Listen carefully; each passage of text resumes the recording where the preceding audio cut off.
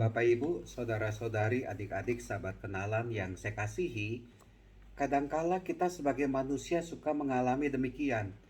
Ah, saya kok hidup sebagai orang miskin. Kenapa saya harus hidup sebagai orang miskin? Atau, ah, saya kok hidup sebagai manusia yang tidak ada artinya, tidak ada gunanya.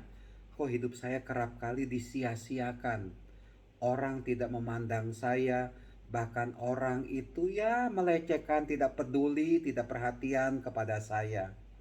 Itu kadangkala kita alami, atau kadangkala kita suka mengungkit-ungkit kepahitan, kegetiran yang ada pada masa lalu. Kenapa saya harus tidak naik kelas? Kenapa saya harus pernah gagal?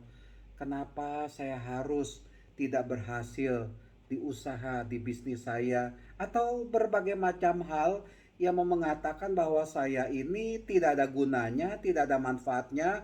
Betapa saya ini adalah orang yang kecil, yang tidak berdaya, yang terus-menerus mendapatkan pengalaman yang buruk, yang tidak enak dalam kehidupan ini. Bapak Ibu saudara-saudari terkasih, pada hari ini Rabu 13 Juli 2022 dalam Injil Matius bab 11 ayat 25 sampai dengan 27 dikatakan oleh Tuhan Yesus, "Aku bersyukur kepadamu ya Bapa, Tuhan langit dan bumi, sebab semuanya itu kau sembunyikan bagi orang bijak dan orang pandai, tetapi kau nyatakan kepada orang kecil." Jangan pernah merasa kita ini kecil lalu tidak berdaya, tidak ada apa-apanya, tidak ada gunanya. Bapak Ibu, yang utama lebih baik kita mengalami situasi dihina daripada menghina. Lebih baik kita mengalami situasi dikecilkan daripada mengecilkan orang lain. Tetapi bersyukurlah kita karena kita ini dianggap sebagai orang tidak berdaya, orang kecil. Karena apa? Rahasia kerajaan surga dinyatakan bukan kepada orang bijak dan pandai, tetapi orang yang kecil. Dalam arti begini, dalam pikiran kita kalau kita mendengar kata orang kecil adalah orang yang di satu pihak tidak berdaya, tapi mari kita lihat yang positifnya. Orang yang kecil itu tergantung kepada siapa? Tergantung kepada Allah. Orang yang kecil itu karena dia tidak punya apa-apa, maka dia hidupnya itu apa adanya, bebas. Dan dia itu bebas, tidak terikat kepada siapapun juga, dan hatinya terus terarah kepada Allah yang lebih berkuasa. Orang yang kecil itu tidak mengandalkan kekuatan dirinya, tapi mengandalkan kekuatan Allah. Orang yang kecil itu boleh dibilang tidak punya apa-apa, tapi mungkin yang ia miliki adalah kasih. Banyak orang-orang kecil yang peduli kepada orang lain. Banyak orang-orang yang tidak berdaya justru peduli kepada orang lain. Banyak orang yang miskin ternyata punya kasih kepada orang lain.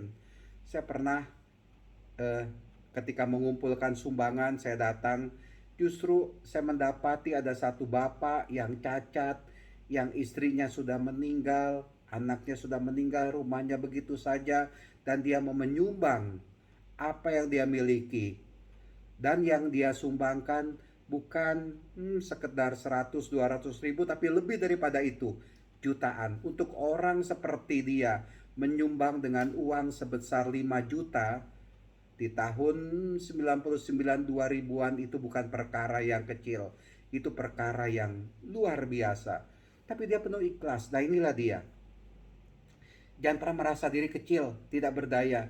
Tapi perlihatkan kekuatan kita. Bukan kekuatan pribadi, kekuatan ilahi. Jangan menganggap diri kita ini remeh.